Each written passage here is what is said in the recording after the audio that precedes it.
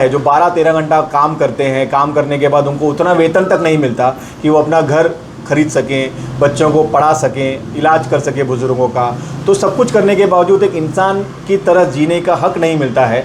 तो इस हक के लिए पूरे देश में सीपीआईएम जो है उसके कई अन्य संगठन के माध्यम से लड़ता है। और वही मीरा रोड के अंदर भी हम यहाँ पर जो यहाँ के जो मेहनतकश जनता है, जिनके लिए शिक्षा, स्वास्थ्य, रोजगार, ये सारे मुद्दे अहम मुद्दे जो राजनीति से परे हैं। मीरा भाईंदर की राजनीति भी हम देखते हैं तो इन मुद्दों पे कोई भी राजनेता बात नहीं करता, चाहे सत्ता में बैठे भाजपा के लोग भी नहीं बात करते, विपक्ष में बैठे हुए उसके लोग भी बात नहीं करते। तो उनकी आवाज़ जो है वो सीपीआईएम देश में भी है और मीरा भाईंदर के अंदर भी हम बनने की वो कोशिश अपनी तरफ से पूरी कर रहे हैं। इलेक्शन होगा तो जाति के नाम पर होगा, धर्म के नाम पर होगा, कैंडिडेट के नाम पर होगा, ये तमाम इश्यूज़ पर होगा, लेकिन कहीं भी लोगों के मुद्दे नहीं आएंगे। बस के सड़क का मुद्दा नहीं आएगा, उसमें बिल्डिंग के ऑक्यूपेशन सर्टिफिकेट का मुद्दा नहीं होगा, लोगों के फ़ीस का मुद्दा नहीं होगा, नगर पालिका के अस्पतालों के हालात का मुद्दा नहीं होगा। सादिक बादशाह जी सीपीआईएम जिससे आप और मोइन जी जुड़े और आपके कई कार्यकर्ता भी हैं। ऑफकोर्स आप लोग को मैंने देखा हूँ लगातार मीरा भाईंदर में,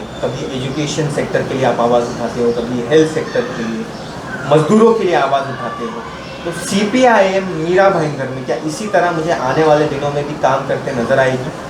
देखिए, सबसे पहले तो ये है कि सीपीआईएम जो है वो एक नेशनल पॉलिटिकल पार्टी है और पूरे देश में देखिए राजनीति जो आज हम देखते हैं देश के अंदर, वो राजनीति आमतौर पर लोग उसको गंदा मानते हैं, गटर की तरह मानते हैं और राजनीति से दूर रहते हैं।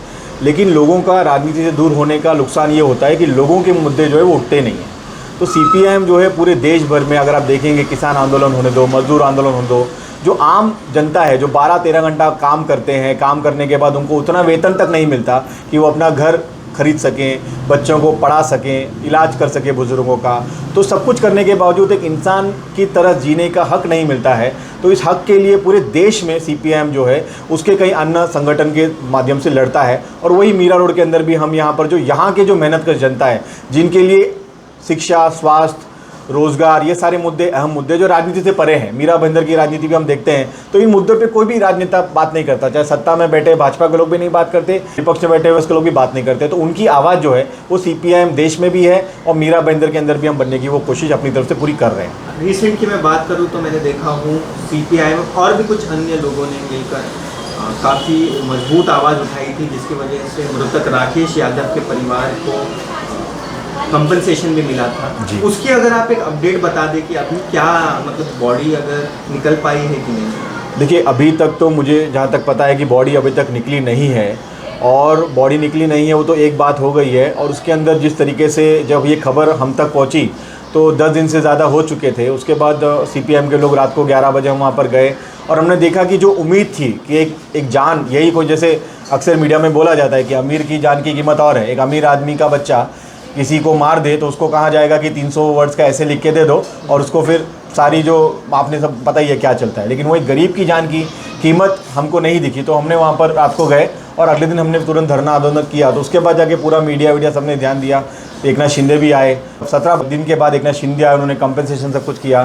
तो वही है कि काम तो मतलब ये मौत हुई है, ये खबर तो एकनाथ शिंदे को डे 1 में ही होगी, लेकिन वो आए क्यों नहीं वहाँ पर? तो अभी तक बॉडी निकली नहीं है, लेकिन पार्टी के इन्वॉल्वमेंट के बाद, आंदोलन धरना के बाद सभी का ध्यान उस पर गया है और कंपनसेशन उनको मिल चुका है। और इस तरीके के कई मुद्दे ऐसे होते हैं, रोज़मर्रा होते हैं, सारे मुद्दे मीडिया में नहीं आते, लेकिन जब भी हमारे पार्टी के आते हैं तो हम वो चाहे बिल्डिंग मजदूर का गिर के होने दो या कोई भी मजदूर का मुद्दा होने दो, हम हर मुद्दे पर अपनी तरफ से जाकर कंपनसेशन दिलाने का काम वो करते हैं। मोइन जी, आपसे मेरा ये सवाल है कि आने वाले कॉर्पोरेशन के इलेक्शन में मीरा भाईंदर के सीपीआईएम चुनाव लड़ेगी?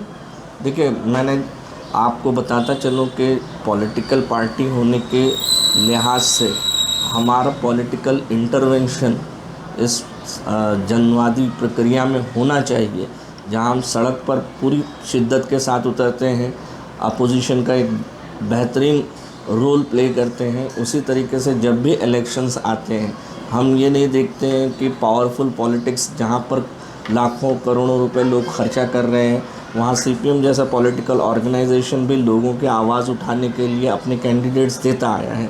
लास्ट इलेक्शन का मैं आपको बताऊं, जो कॉरपोरेशन इलेक्शंस हुए थे उसमें हमने 5 कैंडिडेट दिए थे। इस बार भी हमारी कोशिश रहेगी कि हम लोगों के वॉइसेस को क्योंकि इलेक्शन हमारा मानना है कि उस वक्त बड़े पैमाने पर लोगों के सुनने का कैपेसिटी जो है वो बढ़ जाता है।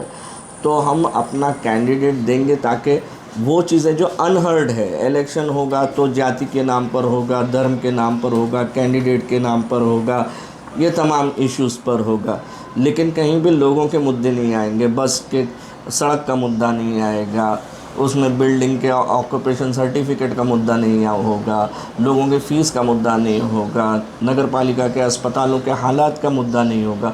तो हमने पिछली मरतबा भी अगर हम देंगे आपको कि पॉलिटिकल मैनिफेस्टो किस तरीके का होता है, आप वो भी हम आपको दे सकते हैं। तो ऐसा है कि हम लड़ेंगे ऐसा। सादिक बादशाह जी, मैंने देखा हूँ CPIM की मैं बात करूँ, मैं मीरा भाईंदर में आप लोगों को पिछले कई साल से देख रहा हूँ।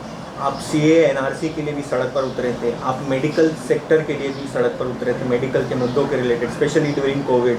फीस के लिए आप कोविड से लेकर अभी तक स्कूल फीस में जो बढ़ोतरी हो जाती है, बहुत सारे जो भी इश्यूज़ होते हैं उसके लिए आप सड़क पर उतरते हैं। देन मज़दूरों के लिए मैंने देखा हूँ कि आप लोग के इंटरवेंशन के बाद FIR होती है, बिल्डर पर FIR हुई है, हॉस्पिटल पर FIR हुई है। तो मीरा भाईंदर की जनता को क्या संदेश देंगे? देखिए, मीरा भाईंदर की आम जनता बड़े पैमाने पे राजनीति से दूर है, क्योंकि मीरा भाईंदर की राजनीति जो है बिल्डर लोगों के दबाव में चलती है, ठीक है ना। आप देखिए, लोगों के मुद्दे पे कोई बात नहीं करता, लेकिन CPIM के जो कार्यकर्ता हैं वो सत्ता हो ना हो, जो लोगों का मुद्दा है, जैसे कोविड के समय आप देखिए लोग इतना परेशान थे, मतलब ज़िंदगी में कभी सोचा नहीं होगा ऐसा एक घटना दुनिया में होता है, लोग परेशान हैं। दुनिया भर के सरकारें जो है अपने देश की जनता को रियायत में कर्ज माफ़ी दे रहे हैं, राशन की व्यवस्था दे रहे हैं, सब कुछ दे रहे हैं, लेकिन हमारे देश की सरकार ने ऐसा कुछ नहीं किया, ना कर्ज माफ़ी करी, कुछ नहीं करी।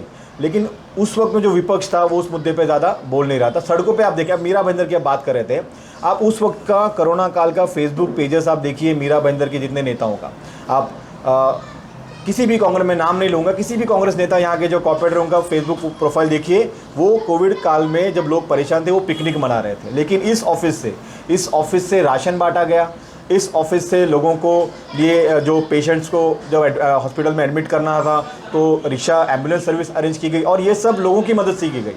तो जब भी लोगों को तकलीफ़ होती है, लोगों के सवालों को लेकर सड़कों पर हम होते हैं। इनको कोविड हो गया था, इनकी माँ को कोविड हो गया था, ये राशन बांट रहे थे, मैं खुद, हम सब राशन बांट रहे थे, मतलब तो कोविड में हम सड़कों में थे लोगों के साथ। फिर उसके बाद NRC CA आया, उस वक्त में लोगों की उम्मीद होती है कि विपक्ष करके सड़कों पे हो, लेकिन मीरा भाईंदर के अंदर जितने भी आंदोलन हुए NPR NRC को लेकर वो CPIM के कार्यकर्ता द्वारा हुआ। फिर फीस का मुद्दा था, उसको लेकर CPIM के कार्यकर्ताओं ने ऑर्गेनाइज करी। तो देखो, जब भी लोग किसी संकट में होते हैं, और लोग भी जानते हैं कि लोग कोई संकट में होते हैं, तो बड़े तादाद में लोगों के साथ जो है लाल झंडा जो है खड़ा होता है। आप कोई भी आंदोलन देख लीजिए, आप किसान आंदोलन देखेंगे आपको लाल झंडा दिखेगा, आप मजदूर आंदोलन देखेंगे, कोई भी आंदोलन दिखेगा वहाँ लाल झंडा दिखेगा, क्योंकि राजनीति में हस्तक्षेप करने का मौका लोगों को आंदोलन के जरिए मिलता है। और CPIM इस इलाके में शिक्षा का मुद्दा, स्वास्थ्य का मुद्दा और जो नगर पालिका में भ्रष्टाचार हो रहा है इसका मुद्दा, ये तीनों मुद्दे पर लगातार काम कर रही है और आने वाले दिनों में भी करेगी।